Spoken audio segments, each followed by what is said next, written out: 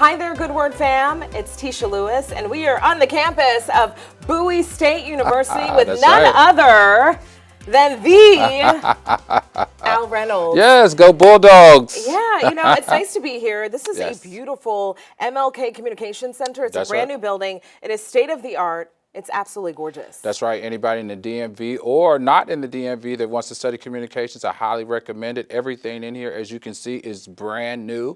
We just opened this facility in January 2025. It's gorgeous. And we're building. So we have a great foundation now for any student that's interested, like yourself, who studied at Virginia Tech and not Bowie State, to come and learn about, you know, the business of communication and public relations. So you wear so many different hats. You're an adjunct professor here at Bowie State University. I am. Our paths cross because you come on Fox 5 so often and join us on our amazing shows. And you're also, you know, television host, reality TV. The list continues. I kind of done it all. You're right. I have a show on YouTube called Celebrity Court, which is an amazing show. You have to watch it if you're into, like, see, my guilty pleasure. I don't want to say this out loud because it is Sunday, but my guilty pleasure is I love celebrity news. Like, I can't wait to read what's going on in the entertainment business. And I love when celebrities become news. Exactly. You're right. You love it when they become news. And I love them even more when they get in trouble with the law. And that's what that show is about. So if you like the law, just like some people like crime shows, this is kind of like a crime show meets a law show. We break down the cases of celebrities that get in trouble with the law. I have 3 lawyers that are on the panel. And we decide from public opinion, are they guilty or not guilty? And you have been following the Sean Diddy Combs case pretty closely. Yes, absolutely. Which could have a verdict any day now. Absolutely. We find that very interesting that the defense has decided to not call any witnesses. Well, interesting is one way to describe it. It's actually very stunning. Right. It's well, you know what? But I can't imagine they did this without the consent of their client. Absolutely. But, you know, they're also, when you see a move like that, that's a big stance. They're basically saying to the prosecution, you better hope you did enough to convict, because if not, we're going to have this is going to be over and he's going to walk. So it's a very brave move. It's a very monumental move. And in these days, a very historical move. But I think it could be a strategy that just might, I don't want to say it, but just might work. Wow. Okay. So let's get to it. Yes. You're on the Good Word, and thank you for that. Oh my goodness. I'm so excited. We've been trying to make this happen for a while, but I just know that you have a testimony. Something in me told me that you have a testimony and have an incredible story to share. You know, you essentially have been in headlines, global headlines, and you know, reality television, and now we're here. Right. And you are a professor here at Bowie State University, which is quite the pivot. Quite the shift. Tell us about what inspired you to make that pivot and make that shift. Well, let me tell you what's so interesting about it. People don't know this about me, but I've been teaching at HBCUs specifically for over 18 years. So this isn't the first university that I've been teaching. I've taught at Florida Memorial University for a number of years, held a number of different positions there, everything from being a professor there to also being the vice president of institutional advancement, which I raised money for the university. I have always enjoyed teaching. It's like a part of my why. It's also a part of my purpose. Now, I started out on Wall Street. I was a Wall Street banker, and that was, you know, right after I finished business school, after I finished graduate school, and I went straight to New York. And I happened to build a book of a lot of different entertainers, a lot of celebrities that we read about in the papers these days. We see them on the catwalk. One of being Floyd Mayweather was a client of mine.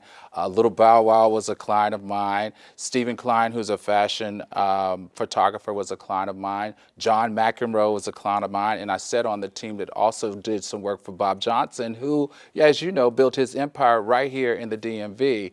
So as I transitioned into marrying into entertainment after managing the entertainers' money, 20, as you know, I was in that kind of like took my celebrity to a whole new level and kind of exposed my life in a different way, like you said, internationally, because at that time, she was probably, behind Oprah, one of the most influential black women on television, and especially on a major network.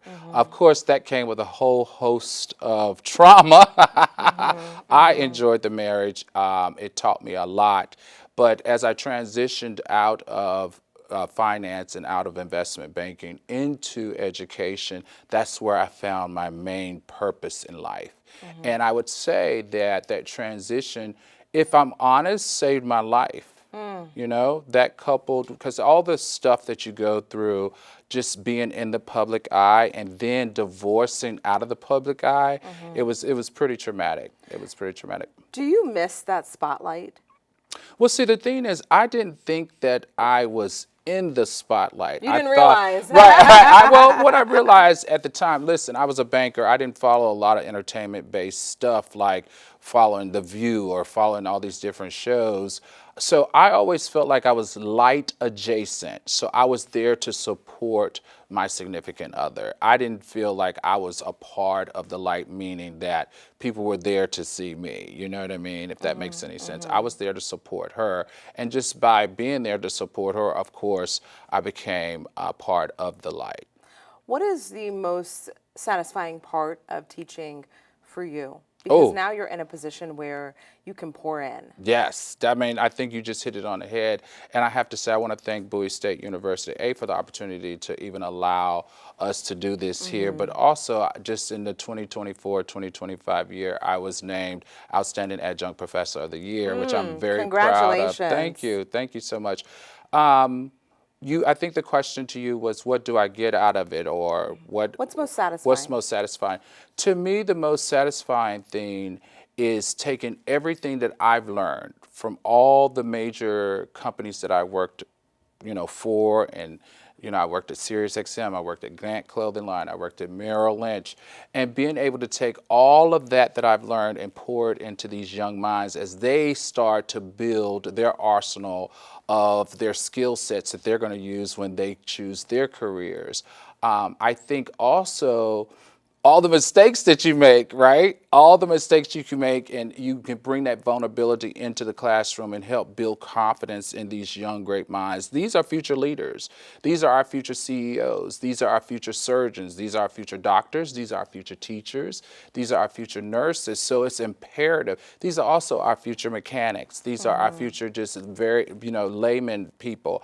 These are the future leaders of tomorrow. So being able to nurture that, being able to fine tune that, being able to watch that blossom, that's something that you can't replace with any type of medal or any type of accolade or any type of huge bonus from a large company. One of the reasons why we're here is June also happens to be Men's Mental Health Awareness Month, and you talk about some of the different seasons that you've navigated in your life. What did you do to preserve your mental health? Well, that's a question that's asked a lot, and when I look back on it, I got to be honest with you, it was my faith. Right? It was my faith. It was also, I grew up it was my tribe, my community, and my family. Let me give you an example. My mother was very big on two things, on spirituality and athletics, right? Being physically in tune with your body, your mind, and your soul. And that was what she taught us from a very young age. She also made sure I was a part of Girl Scout, Boy Scouts. She ran Girl Scout troop. I was in a Boy Scout troop. I did 4-H. I did vacation Bible school. I did Sunday school. She put me in elements. She put me in places where it was about community. It was about being vulnerable. It was about sharing how you feel and let the community put their arms around you and help you navigate through that. So luckily for me, I come from that background with her, and I could not ask for a better rearing from a mother and from a father than my parents. And so for me, I would say that's how I dealt with it. That was how I was able to take on all the things, the public scrutiny, the miscast, the misunderstanding, the derogatory stuff that existed. You got to remember, I started this journey in entertainment 25 years ago. Can you believe it? I can. Do you feel like you still are misunderstood? You know what? I would say because I've never spoke in public until like 2000. It was during COVID. I was blessed with an opportunity. Let me tell you, I don't know about anyone else, but COVID did a doozy on me. You know, because I'm a very outgoing social person. I am an extrovert. I enjoy going to the gym and working out. I played all type of sports growing up. I come from a sports family. So when COVID kind of took all of that away, it made me do some mental calibration. And during that mental calibration, I really had to find, right, my focus and my purpose and my why in life. And I realized that there's two things that I enjoy doing the most when I'm at my lowest moments. That's teaching and entertaining. So in 2000, I was approached by Fox Soul to do a show. And the show was in the midst of COVID. A lot of people 2020. 2020, I'm sorry, I said 2002, 2020. And I was approached to do a show. And it was 3 of us, and it was Zoom. It was on Zoom. We never thought it was going to be as big as it was. It became the #1 show on Fox Soul. Wow. We were wildly watched by hundreds and thousands and millions. And all of the people used to write in and say to us, hey, we were feeling really blue during COVID, and you helped us through those hard times. We didn't know front from back, up from down, but you helped recalibrate us, especially a lot of the parents who had to homeschool their kids. They were like losing their minds, but they found that one solace moment of that hour of us offering them a mental break. That's when I felt that more of my life was shared for the first time. And people got to see the real Al Reynolds, which is something that I would have liked them have seen much sooner. But it's all in God's time. Right? That's one thing you learn about faith. Faith teaches you patience. Patience, and from patience, I've learned resilience, right? And so those 4 years where we talked about everything that you can imagine, people got to see a different side of me. They got to see that not only was I a professor, not only was I a strategist, not only was I a banker, but I also was an educator, and I really loved it because even though I worked on the show, I kept my job. I've always kept a teaching job. And I don't know if you know this about me, I also teach in the public schools here in the district. I learned that on one of our shows. You mentioned that. And then in the fall, I'll be participating in Bowie State University's prison program, which I'll be going into the prisons to teach individuals who are getting ready for their transition out of prison, who want a degree so that they'll be able to get a job and matriculate back into society. I found that to be crucial because it's not my first time teaching in a prison system, but when you read a statistic that says that there are more African American men in prison than there are in getting a degree in college, you have to do something. And I'm that type of person. So I'm taking my ministry, I'm taking my why, I'm taking my purpose to the jailhouse. That is, that's so incredible. And you talk about your why and your purpose. It's 2025. Yes. We're 5 years removed from the onset of COVID, Yes. which I can't believe it. Where did the time go? Right. But who is Al Reynolds today? Let's see. Al Reynolds today is a seasoned social impact entrepreneur. It's what I would like to call myself. And the reason why I say a social impact entrepreneur because it encompasses the teaching aspect of me. I come from 150 years of educators and a legacy of educators that started when there was colored and there was white. And my mother ran many schoolhouses that were for colored at the time.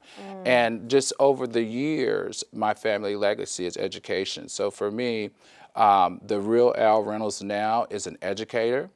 The real Al Reynolds now is a mentor. The real Al Reynolds is also an entrepreneur. The real Al Reynolds also speaks in spaces where people don't have a voice, so I have a voice for the voiceless. The real Al Reynolds is also an entertainer. That obviously I'm a pop culture, commentator. I talk about all things pop culture and athletics and politics.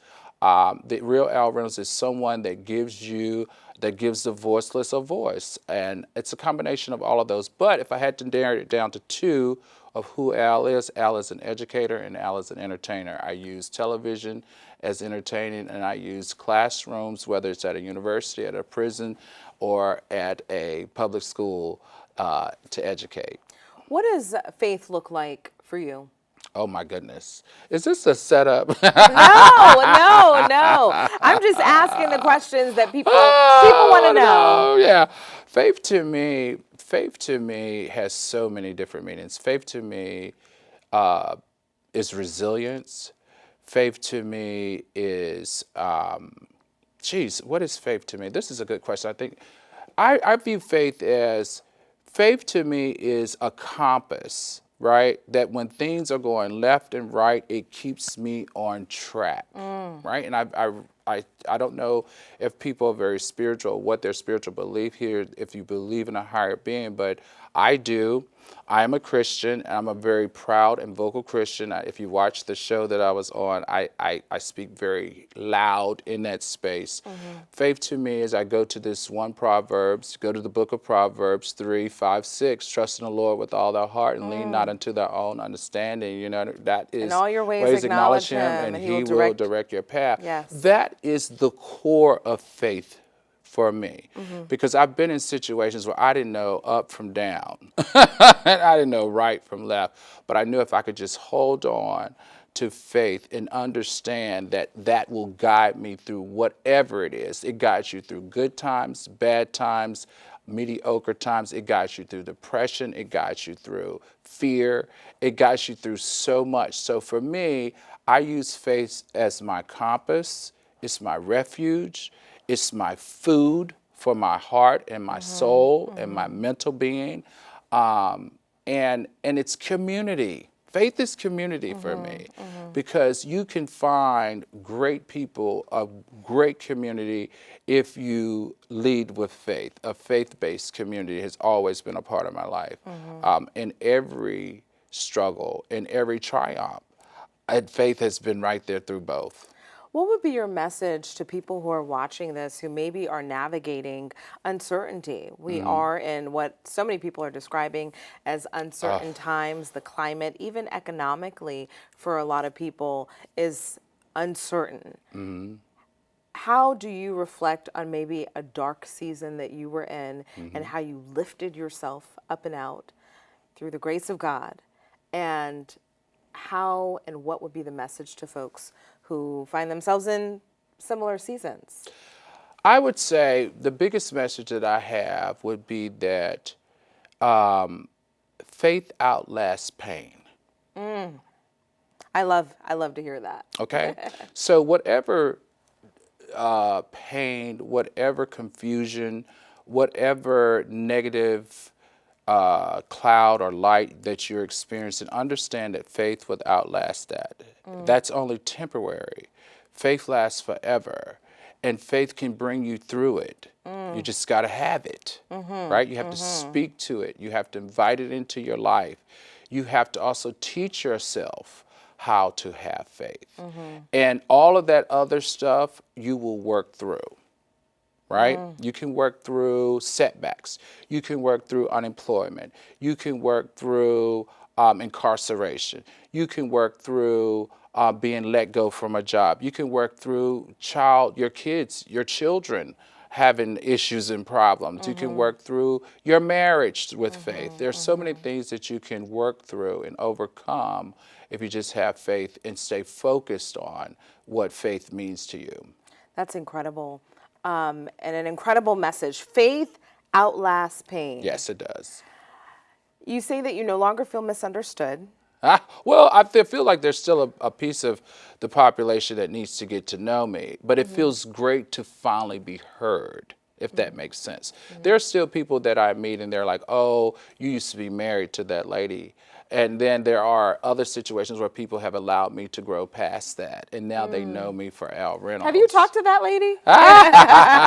Oh, yeah, you know, she's had a number of deaths in her grandmother, her mother, and a dog that we shared together. So, yeah, you know, we try to keep in contact when it's appropriate. But, you know, she has a new husband now, and she's very happy. They're very happy together, and I'm happy for her.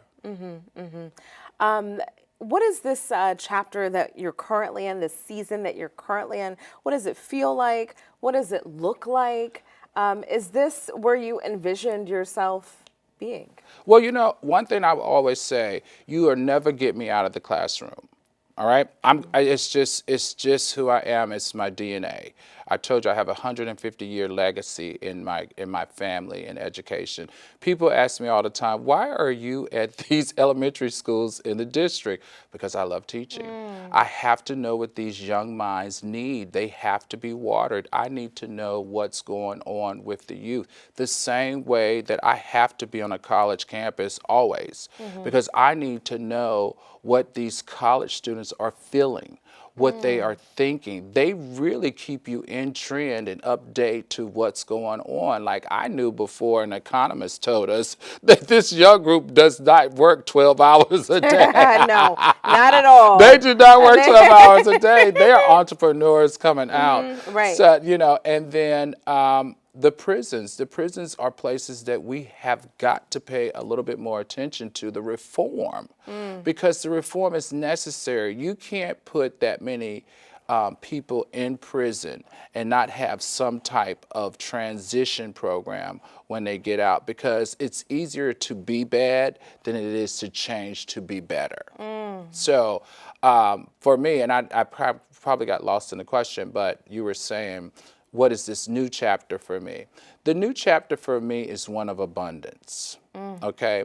It's one of me finally coming out of a shadow and living my purpose-filled life. And like I said, that's going to be a combination of education and entertainment. And I'm going to let it manifest the way that he has it manifesting for me, because I'm a control freak. I excelled at everything that I do. I always want to be in the top 10% of everything that I participate in. I always want to be in the top 10% of every organization or company that I've worked for. And in this case, I want to let what be and make me the top 10% of whatever it is that I'm supposed to do. Let me ask you, because you're around our future generations, our young people, what is the biggest challenge that you observe that they are navigating? Ooh, the biggest challenge I think they're navigating is understanding their self-worth, because they're using social media as a gauge. And thank goodness they didn't have that when I was around. Because when I tell you, I think my generation may have been the last one without that, Yeah. right? I did not grow up Thank goodness. with social media. But the one thing that you do have to give yourself credit about is you grew up on television, which is even harder. I did. And that's even Since harder. 13. But that's another conversation. I did. We'll have that conversation We'll have that one conversation day. another day. But I think this young generation set unrealistic expectations on themselves. They set unrealistic time slots or time in order to achieve stuff, because they're on social media all the time, comparing their life to an unrealistic life. And so I think that kind of pollutes their growth mentally and emotionally. And it could also, because of depression, because depression is really huge, that also messes with them mentally and physically. Do you feel like teaching saved you? Oh, yes, it did. How did you know that? Because that is the overwhelming message that I've gathered from this conversation. Yes. So it saved you, and stay with me here. I will. You're pouring out into our future generations, and yet it's them who are saving you. Oh my goodness, yes. And I'm gonna take that a step further. I have to tell you, because I've elected to teach only at HBCUs, it feels great to have my community that looks like me, that speaks my language and have the same issues as me, pour back into me as I pour into them. That to me is better than working for any Fortune 500 company, being ranked in the top 10 of everything that I've ever done. I can't even begin to tell you when I was at one of my lowest points, and I share this story all the time. I was a new teacher at Florida Memorial University, and we had news trucks, 6 and 7 news trucks outside of our gate at Florida Memorial University when I was going through my divorce, and they were sneaking on campus and they were interviewing people and they were just dragging my name through the mud and all this type of stuff. And that school community and then the community at large put their arms around me because they saw me every day showing up to teach those students. I would roll on that campus at 7:30 and roll off it at 7:30 at night. They saw me being the dude that I said I was and not who the papers were saying who I was. And so they put their arms around me. They would slide me food. I would go to my office and there would be, my lunch would be there for me because they knew I couldn't come out or I needed help. I mean, I just can't, they would slide me money for gas when I was going through the transition when I, didn't have access to money. I mean, they literally saved me. They saved my life because it was a very dark point. And that is something that I will always be beholden to. And let the church say amen. Amen. See, I knew it. I knew you had a testimony. Yeah. I felt that in my soul, Yeah. in my soul.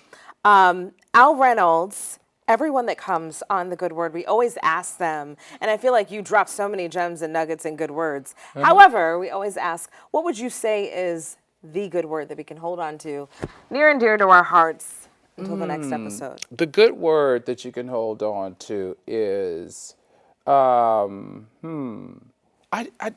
hate being cliche-ish, but the good word that we can hold on to. Hard times or bad times don't last always. And if you just have faith the size of a mustard seed, everything, I promise you, everything is going to be okay. I love it. Al Reynolds, professor here at Bowie State University, my colleague at Fox 5, and also just all around amazing person. Thank you so much for joining us on The Good Word. Absolutely. And where can folks find you and follow you and keep track of your journey, everything that you're doing? Sure. It's not that exciting. I think I shared all the exciting parts, but you can find me on Instagram or on all my socials, on YouTube, on Instagram, on TikTok, that's at the THEL Reynolds. And yeah, that's pretty much where you can find me. Thanks so much, Al. Absolutely. No, thank you.